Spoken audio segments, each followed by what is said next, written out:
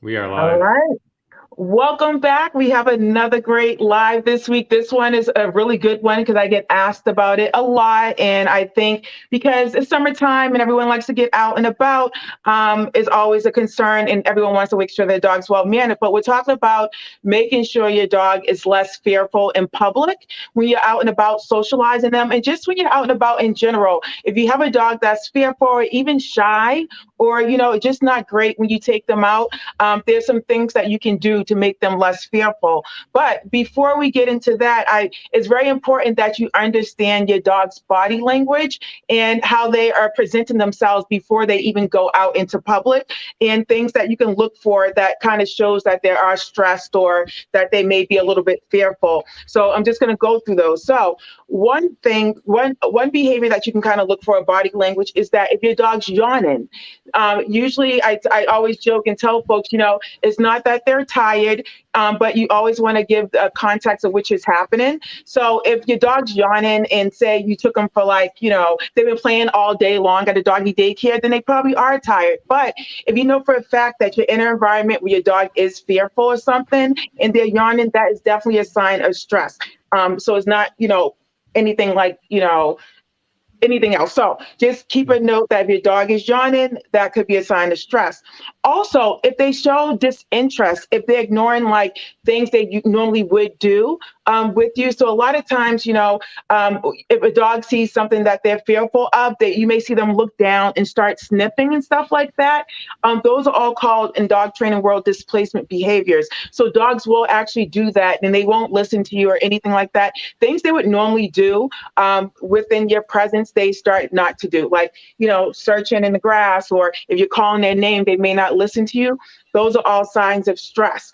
Another big one is panting. Yes, your dog may be cooling off. This is too hot. But again, think about when this is happening. If it's a 90-degree weather day, then of course your dog may be hot. But if you know they're in an environment where they may be stressed or you're unsure, but there's nothing around that signals like, hey, it may be hot out, so they shouldn't be panting, then you might want to chalk that up to, okay, your dog's a little bit stressed. And of course, growling or lunging, those are the more obvious ones.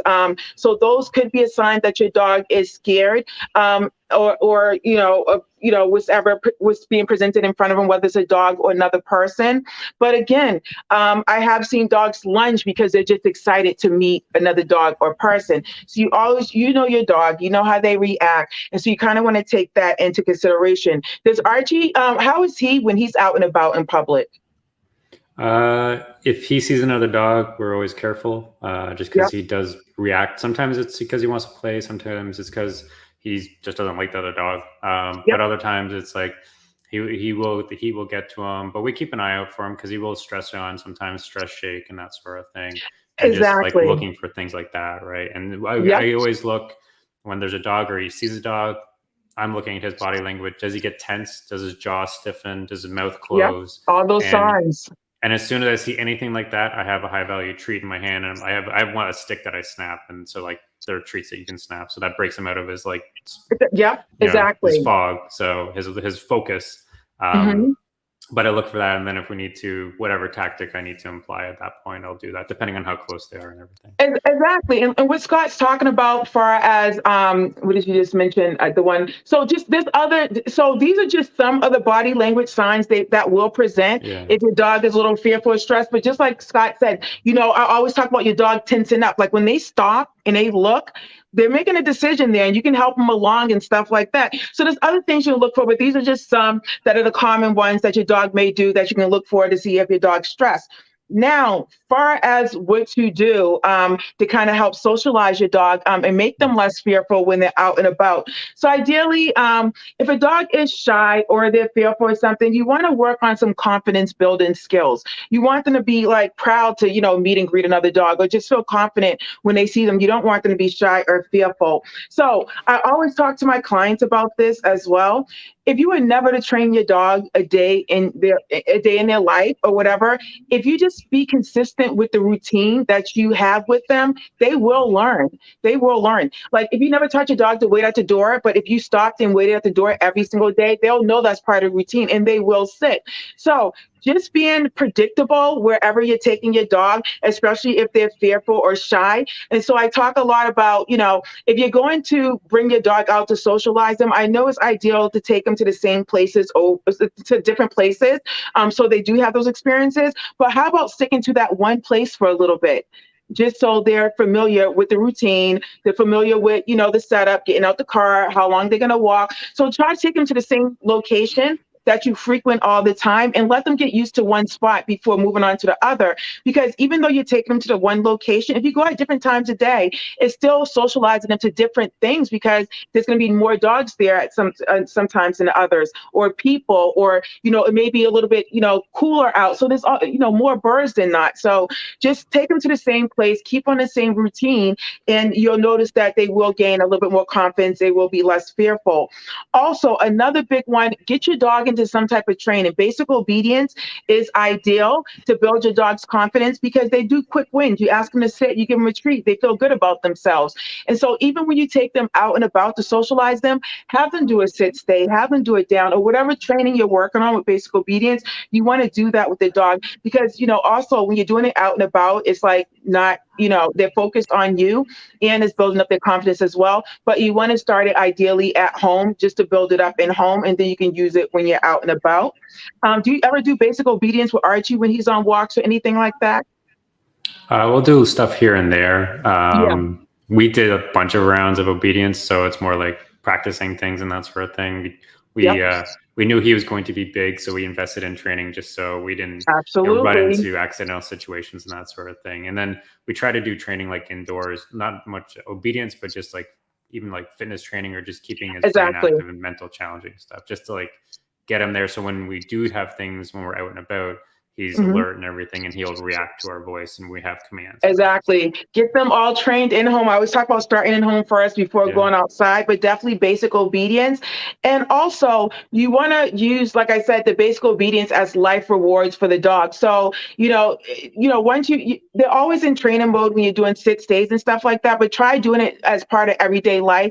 Like I said, before you're letting them out the door, have them wait. And then when they come out, give them a treat. Have them sit at the corner on walks and stuff like that. So just incorporate it in part of your everyday, and just give them like life rewards like that. Also, sports, training, sports, agility, that's always good for mental stimulation and for exercise and to build your dog's confidence. So if you have a breed and they're into that, you definitely can do that. But if you're not, if you don't have the time for training and you just truly want to go out for a walk, you want to work on desensitizing and counter conditioning. Fancy words. So basically what that means is the key is to create a positive association between your dog and what's frightening them. So ideally what I talk about is, the trick is when you're out and about, you want to move your dog further away from whatever's scary. And so for example, what I say is, Scott, so if you're afraid of spiders, right?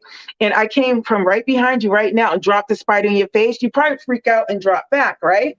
Yeah, but of course. If I was to show you a spider like far, far away, 20, 30 feet away, you're like, not so bad, right? Yeah. And so that's why when you're on a walk and you want to make your dog less fearful, move them further away from what they're fearful of.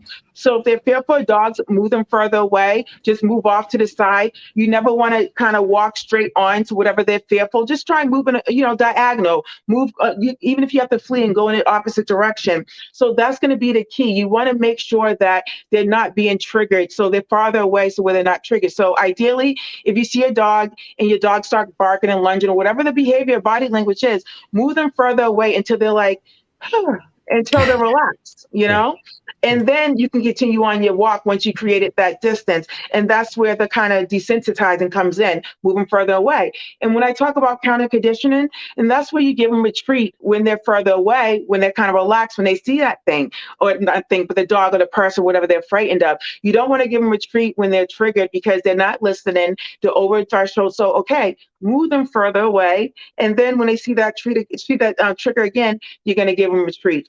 And so that's how you move about, making them them less fearful. And I always talk about too, like you don't just want to take your dog out once a day to kind of work on this or whatever it be. You want to kind of, if you can, ideally take them out every day to the same place and work on it. Because the more exposure they have to those environments and working on moving further away and getting treats when they see those nice things, what do you think is going to happen? They see that dog, they see that person, they see the squirrel, and they're going to look to you because, they associate it with getting good rewards.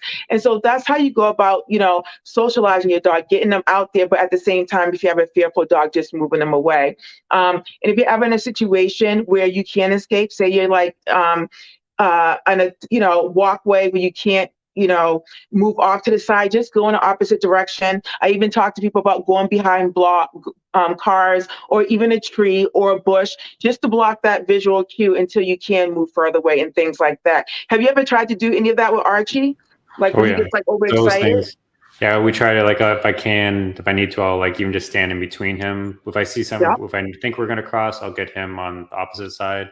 And then on our side streets, when we're walking, even without dogs coming, I got him used to the word cross, and he knows when I cross, it's to cross the road. So if I see another dog coming like a block or two away, and I'm like, I don't want to be on the same side, then I'll just tell Archie cross, and then he knows we're going to cross the street, and then we're off to the side. So we can continue going. And then the other thing is as we're walking, if I see him notice the dog and he's sort of starting to tense up, I'll just ask him to walk. I'll be like, let's walk. And exactly, speed it up. Gets his movement going. It breaks him out of just freezing and stopping. And so, but like you said, baby steps, get them used to one environment, then the next environment. It's just, it's how we learn, get comfortable, gradually level up, get comfortable, level up, and then get comfortable, right? It makes it And no one likes stuff being dumped on them like that. So you want to do it in increments. It was so funny because I was working with one of my clients this morning at the park.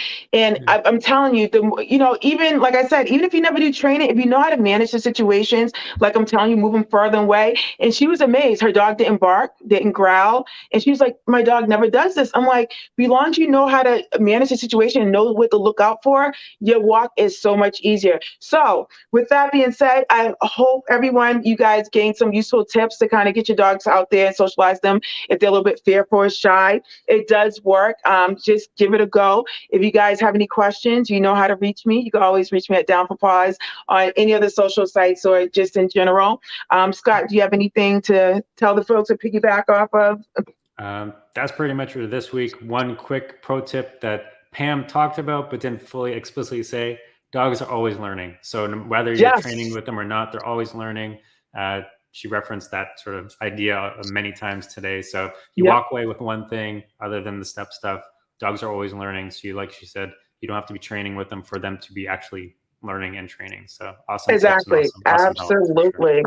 Yeah. All right.